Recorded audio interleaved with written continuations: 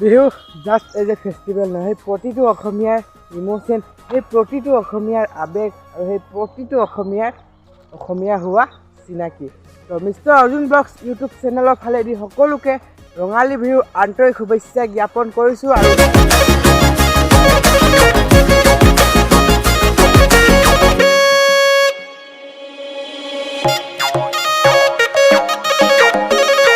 আজিৰ ব্লগটো তেনেকৈয়ে আৰম্ভ কৰিছোঁ। আৰু আজি কি হয় ব্লগত একদম শেষলৈকে চাব। তেনেহ'লে আজিৰ ব্লগ আৰম্ভ কৰোঁ। তো ফাইনেলি গাইজ ৰেডি হৈ ওলালোঁ। এয়া তো কেনেকুৱা লাগিছোঁ কমেণ্ট কৰি জনাব। আৰু এতিয়া গৈ আছোঁ চলিয়ানগৰলৈ, কাৰণ তালৈ আছে আজি মুকলি বিহু। তো ব্লগত কৈছোঁ আৰু তেনেহ'লে ব'লক বিহু এনজয় কৰোঁ। দোকানৰ ওচৰত আহিলোঁ, মানে চশমাটো লৈ ল'লোঁ। তো চশমাটো লগাই লওঁ। এয়া কেনেকুৱা লাগিছে কমেণ্ট কৰি জনাব, হয় নাই? অলপ তালত যাব লাগিব। তো যাওঁ, এই চশমাটো ইয়াৰ হয়, দিছে আজি, ধন্যবাদ। তো গাইজ ফাইনেলি মানে মোৰ চাইকেলটো থৈ দিলোঁ এই লগৰ ঘৰতে। মানে এই চাইকেলটো থৈ দিলোঁ, তাৰপিছত এতিয়া খোজকাঢ়ি যাওঁ, কাৰণ এই চাইকেলত থ'বলৈ ক'ত নথওঁ, তো ডাউট হ'ব, সেইবাবে চাইকেলটো থৈ দিলোঁ। তাৰপিছত খোজকাঢ়ি যাওঁ ফিল্ডলৈ। এতিয়া বাৰু অকলে আছোঁ, আৰু পাছত মানুহ আহি থাকিব। তো গাইজ এয়া আহি পালোঁ চলিয়ানগৰ ফিল্ডৰ সন্মুখত। আৰু এয়া মানে কেইজনমান কলেজৰ লগৰ আছে, তো তেওঁলোকৰ লগত কথা পাতি আছোঁ।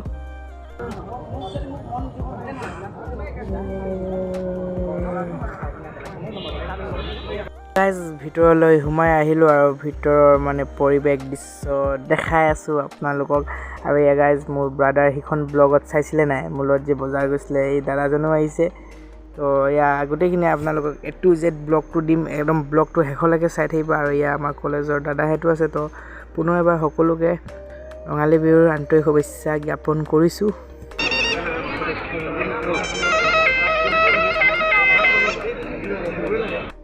সভাপতি সত্যজিৎ বৰগোহাঁইক আমি অনুৰোধ জনাইছোঁ এফালে শুভেচ্ছা জ্ঞাপন কৰিবলৈ কৰ্মসূচীকে জিলা ছাত্ৰ সন্থাসকলক অনুৰোধ জনাইছোঁ। গাইজ এই মুকলি বিহুত বহু লোক আহিছে, আৰু লগতে সদৌ ছাত্ৰ সন্থাৰ কেইবাজনো ডাঙৰ দাদাও আহিছে, লগতে বহুত কেইজন মানুহ আহিছে। তো তেওঁলোককো দেখাম। আৰু এতিয়া আকৌ মানে লগৰকেইটাৰ লগত ফিল্ডত আহিছোঁ, ফুৰি আহিছোঁ।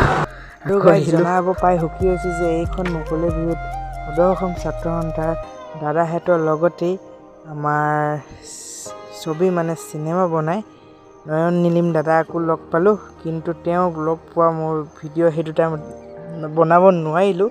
আৰু এতিয়া মই আহিছোঁ একদম পূৰা মাজমজিয়া ফিল্ডৰ মাজত আহিছোঁ, আৰু একদম ওচৰত গৈ দেখাই আছোঁ আপোনালোকক ধুনীয়াকৈ একদম সিউকৈ। তো গাইজ এয়া হৈছে মৰাণ জনগোষ্ঠীৰ লোকসকলৰ নৃত্য।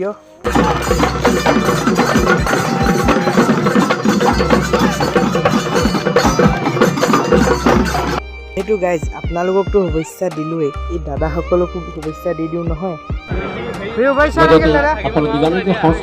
সংস্কৃতিৰ অবিহনে থাকে অসম আৰু অসমীয়া এই পৰিচয় আমি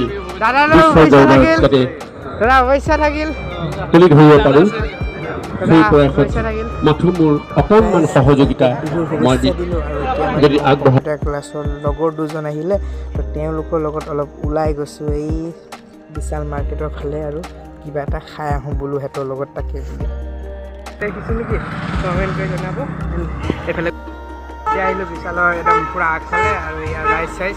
তো ইয়াৰ মোৰ ৰাইচ আহি গ'ল, তো ৰাইচটো খাই আছোঁ। এণ্ড বিৰাজো খাই আছে, আমাৰ ব্ৰাদাৰ। তো আমি চব একেলগত কম্পিউটাৰ ক্লাছ কৰোঁ। তো এইটো খাই লৈছোঁ, খাই পিনি আকৌ মুকলি বিহু ফিল্ডলৈকে গৈ আছোঁ। ৰাইচ খোৱাটো হৈ গ'ল, এতিয়া আকৌ এক খেতি পাণ খায়। তো তেহেঁতৰ পাছে গৈ আছোঁ। গাইজ এতিয়াও গৈ আছোঁ, মানুহে মোক চাই আছে। তো মই মানুহক চাই আছোঁ, মাথো ইমান। গাইজ বিহুৰ লগত মানে চৈতী ছট পূজাও আছে। এইফালে ছট পূজাৰ কাৰণে বেংক পাৰ্টি বাজি গৈছে। তো আপোনালোকক দেখাইছোঁ, মানে বিহুৰ লগত আৰু ছট পূজা মিক্স।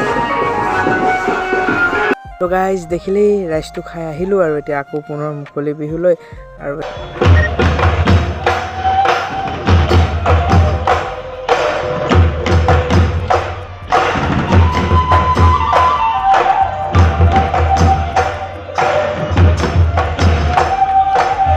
তো গাইজ এয়া দেখিছে আমাৰ লগৰবোৰৰ মাজতে আৰু অলপ কথা বতৰা পাতিলোঁ তাৰপিছত আহি আৰু বহি দিলোঁ গাইজ চকীত কাৰণ বহুতেই ভাগৰ লাগি গ'ল ইফালে ঘূৰি ফুৰোঁতে আৰু প্ৰায় মানে এতিয়া চকীত বহি অলপ আৰাম কৰিছে আকৌ লগৰ কেইটামান আহিলে আৰু মানে কলেজৰ ঋষিহেঁত সিহঁতৰ লগতে বহি দিলোঁ তাৰপিছত গাইজ মই মানে ওলাই আহিলোঁ আৰু এয়া গাইজ একদম গধূলি ৰেকৰ্ড তো অলপ কোৱালিটিটো বেয়া আহিব পাৰে তো মানে মোক ঘৰত মাতিলে সেইবাবে মই আহি গ'লোঁ তো আজি ব্লগ ইয়াতে সামৰিছোঁ থেংক ইউ বাবে ধন্যবাদ।